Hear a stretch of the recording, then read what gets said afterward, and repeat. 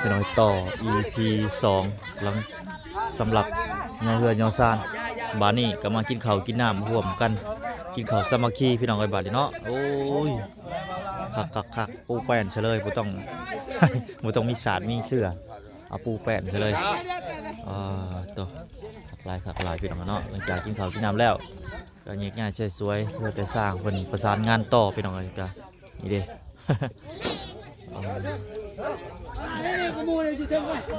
จะแม่นสร้างความสูงลองไป2 เมตรเต็มเลยโอ้ผักอยู่เลยเพื่อนน้องกระท่องก็ลืมท้าเปิดนี่เท่าไหร่2 เมตรเต็มโอเคจัดไป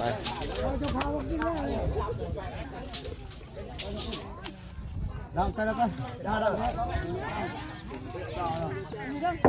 กินน้ำพี่น้องกลุ่มนี้พี่น้องกลุ่มทางนี้เพิ่นโดยจะได้กินเด้อลงเป็นให้กินข้าวพี่น้องเนาะบ่อร่อยก็สิกินสดน้ำมันห้อนเอาเลยแก้วใส่เลยอันนี้นี่กินสตาร์ทเลยบ่กินข้าวกับบ่ช่างก่อนไปก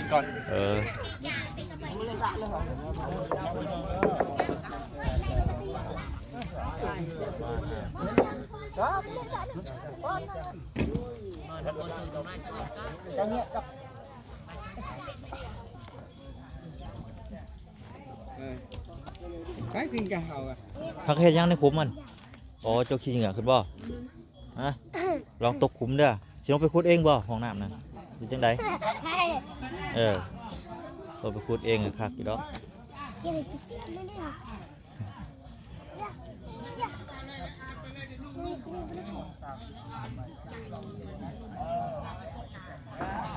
คนจะลายอยู่เพียงเนาะยังรู้ป่ะเมื่อกี้นี่ใครร้องเพลงอัดถอไม่ใช่คักบ่เสียงคักบ่ไปลองเบิ่งไปลองเบิ่งลองเพลงใส่ท่อเป็นน้ำกันเลยพี่น้องบัดเนาะไม่ใช่ห้องแบบใดเอาลองมึงดูพี่เบิ่งนี่พี่ทำกันยาพี่มาเบิ่งพี่มาเหยียบเบิ่งนี่พี่เหยียบเบิ่งพี่เหยียบมันถอนห้องในได้นี่ห้องจะห้องแบบใดฮะไปหาก็จะไปเสียงมาดีห้องใส่ท่ออัดใส่ท่อเดี๋ยวเดี๋ยวตำหัวกันลองดูลองนั่งลงไม่ใช่ใครตัวท่านให้ที่เหนื่อยบางไว้ยามร้องไห้ไรใครสักคนที่คอยเช็ดน้ำตาได้แต่ภาวนาว่าวอนให้วันพรุ่งนี้ใจดีกับเราสักวันเอาความไม่แพ้ไปวินแรงผลักดันความฝันจากนี้เมื่อลมหายใจยังมีหัวใจดวงนี้ยังไม่หมดแรงจะพร้อมที่จะลงแข่งกัดฝันเยื่อแย่งต่อโชคชะตาจะโทษแทบว่าสักกี่หนมันเคยอาบจนน้นดังมากนะจะหวังเป็นนำพาผ่านทางข้างหน้าแม้จะยากเย็นให้ที่คนเกรงมีว่าเจนลูกกี่ครั้งตึงลูกให้ไว้อย่าจะเหนื่อยลายอย่าเพิ่งคิดโทษเจจำไว้นะคนเกรงจบแล้วตบมือปอดูลุงไปกับมาบังพังนำเนาะห้องใส่ท่อมันนั่นเสียงมันดีกว่าบ่บ่มีห้องอัดพี่น้องเนาะก็เลยว่าอัดใส่ท่อมันเลยอัดใส่ท่อพี่น้องเอ้ยโอ้เอาร้านแค่นี้โอ้เก่งกันนิดหน่อยคือเขามันอันนั้นมันเสียงมันดีได้มันอยู่ในท่อมันอัดเลยกล่องดีกับห้องน้ำเด้อห้องเพลงอยู่ห้องน้ำเลยม่วนได้เสียงมันกล่องดีห้องสดๆแบบมันแบบบ่มีเสียงตอบสนองแล้วมันแบบมันตันไปเลยนะมันเสียงมันสั่นโพดคำห้องเสียงมันกล่องกลางวานแล้วมันม่วนได้แบบสีก็มีพี่น้องเนาะได้กินข้าวกินน้ำแล้วเจ้านั่นฮะไปกินไป ไปกินไปหากินข้าวกินน้ำไปเป็นยังไงหลังจากเพื่อนแล้วก็ไปหากินข้าวกินน้ำเลย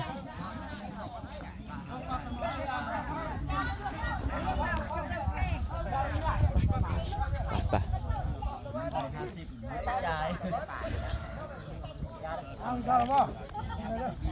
เอ้ย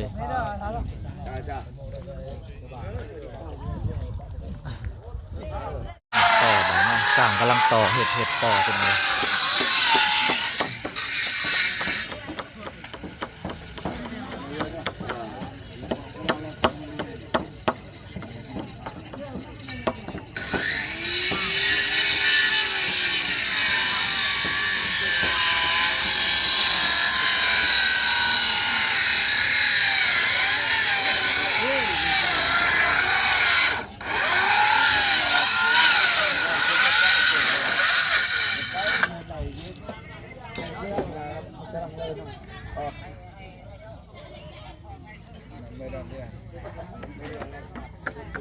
ทางเพิ่นก็ทยอยเมื่อแล้วเพิ่นเนาะบางคนก็อิ่มแล้วบางคนก็บ่ทันได้อิ่ม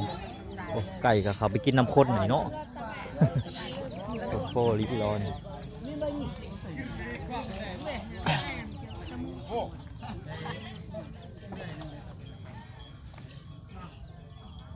มีแต่สร้างสิเฮ็ดต่อไปทางบ้านเนาะสร้างห้องน้ำแน่แล้วก็สร้างเฮือนแน่ไปทางเลยกำลังเฮ็ดขึ้น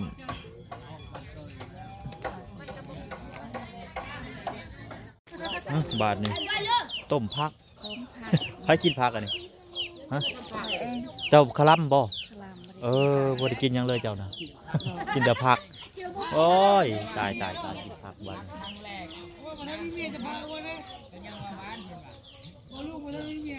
กินผักเราคลัมไปหน่อยกินหยังบ่ได้แต่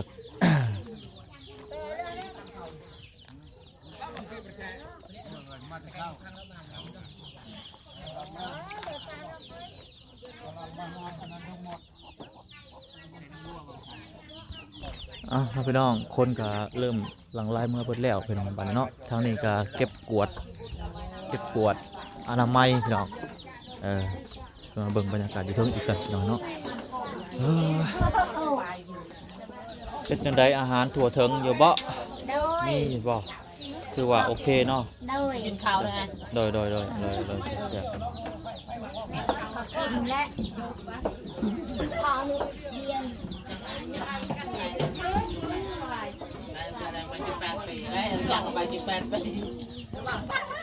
ถือว่าผ้าเขาผ้าหน้านะพี่น้องคือว่าถั่วเทิงพี่น้องเลยอาหารกับยังเรืออยู่ว่าสันๆเนาะคนกระไรพอสมควรแต่ของกินกับเรือบัวลายพอได้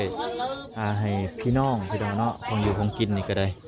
พอดีปันพี่ปันน้องปันคนหรือว่าเอาไว้กินอีกตอนเที่ยงนะอุ่นไว้แต่ว่าเพิ่นบ่อุ่นก็มันอาจจะบูดพี่น้อยเนาะก็ถือว่าเขานำสามปลามาฮอดทอดกะถั่วเทิงว่าซั่นๆเนาะเวลาเปลี่ยนไปไวพี่น้อยเนาะมันไวบ่ถาปลาเวลาบ่ถาคนนี่แหละพี่น้องเนาะวันเวลาไวเสียเหลือเกินพี่น้องเอ้ยแป๊บเดียว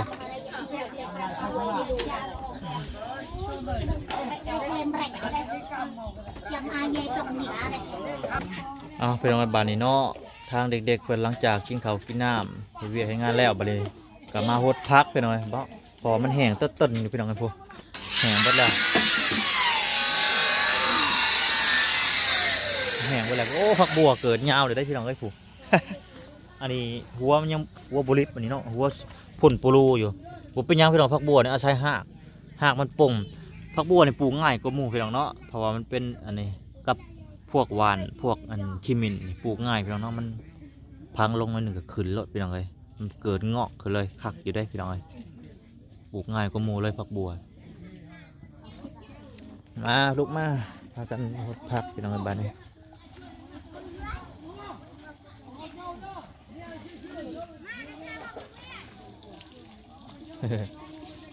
เริ่มออกใบเดี๋ยวได้เนาะเดี๋ยวจะได้กินได้แล้วพวกใหญ่ยาวเลยพวกบอกถั่วเริ่มยาวโอ้ยังตึกมันปกมัน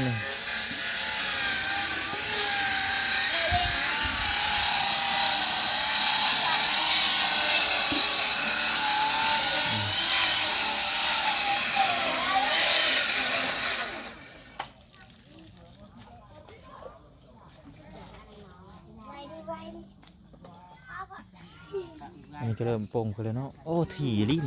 ถี่เฮงอันไปบงนี่ลงมาปูนี่ลองเบิ่ง บ่ได้มันห่างๆไม่ซีเอ๊ะเรือไปบงนั้นนั่นบ่ไปบงนั้นนั่นเนาะ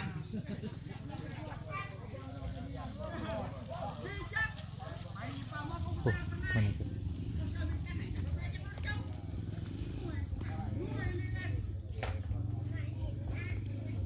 นี่ก็กวางเลยพี่น้องนะนายพักก็ซื้อมาอยู่อาชีพพ่อพี่น้องนายพักแต่ยังเหลือแต่พักบัวไปพักบัวปลูกอีกเนาะพักบัวหรือพักเทียมพักจะพักยังไงพี่น้องนะหรือมาซื้อพูดแล้วบานหนาพูดแล้วเนาะวางเวียบพูดแล้วอ๋อเริ่มแดดออกเลยได้นี่มือนี่คือสีห่อนเลยพากันยากเวียกแต่เช้าผมพี่น้องเนาะทางน้องๆคนก็ได้บริโภคทอดพักเลย ได้แล้วมือนี้มือเวียกหลายโคตรตดสวยๆก็ได้หรอก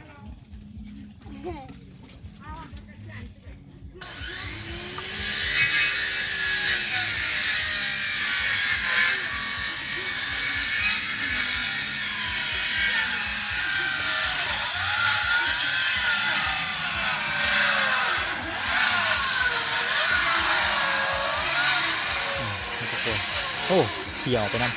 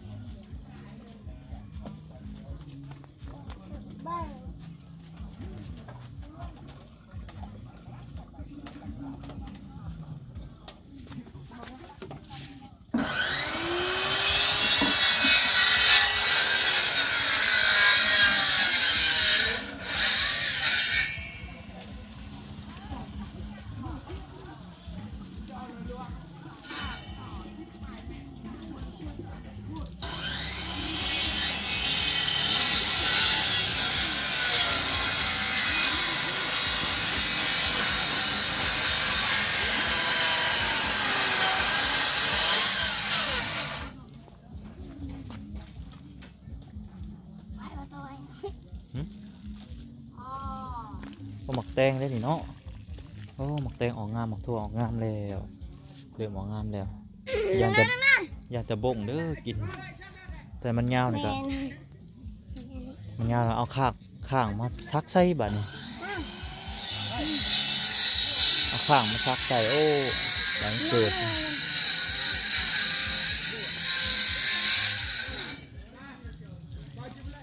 ฮึบ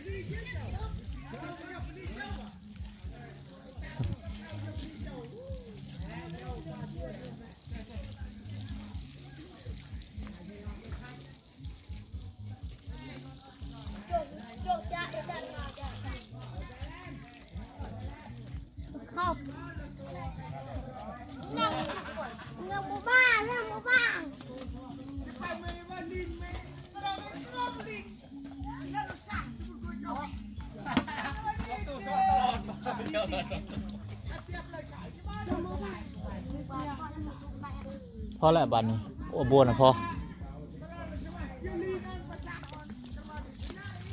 มันก็หัวสีไข่พร้อมเด้อกกนั่นยังบนโหด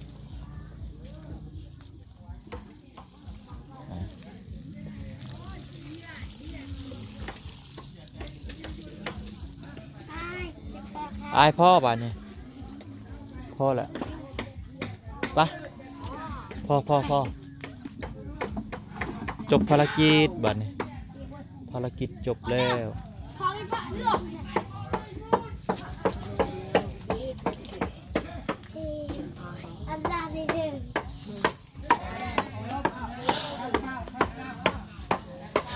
โหดอีกบ่โอเคตอนแรกเพื่อจังโหดอีกบัดนี้โหดตอนเที่ยงมันตายอย่ามันตายบวมน้ำเนแล้วก็มันถึงแดดนี่อย่ามันหยบเมื่อสุเจ้าเช่นมือได้หนึ่งตัวนะสุเจ้าจะปลูกมือได้น้องลินดาสวนตัวนะ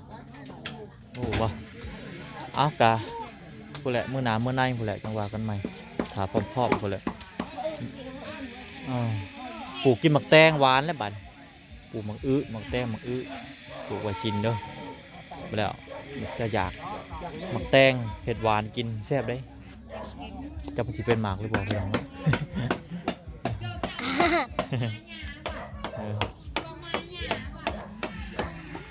มุ่งบาดนี่สุมเจ้าคือไปมุ่งบาดนี่คือไปมุ่งไปคือไปปูแป้น คือไปปูแป้นจับปูละสนละสน ปีนตะวันเนาะเฮ้ยเอาเกิด โอเคเนาะพี่น้องในที่สุดกับภารกิจมื้อนี้ก็ถือว่าสำเร็จเสร็จสิ้นละสำหรับย่อเสาขึ้นเสาพี่น้องเลยเนาะถือว่าสำเร็จเสร็จสิ้นพี่น้องขอบคุณบัดสุคนพี่น้องไทยบ้านนายบอกนายบ้านพี่น้องเพิ่นก็มานำกันมาร่วมงานนำกันพี่น้องเนาะป้าซะพี่น้องพบกันอีพีหน้าสำหรับอีพีนี้ขอกล่าวคำว่าสบายดีพี่น้องสบายดี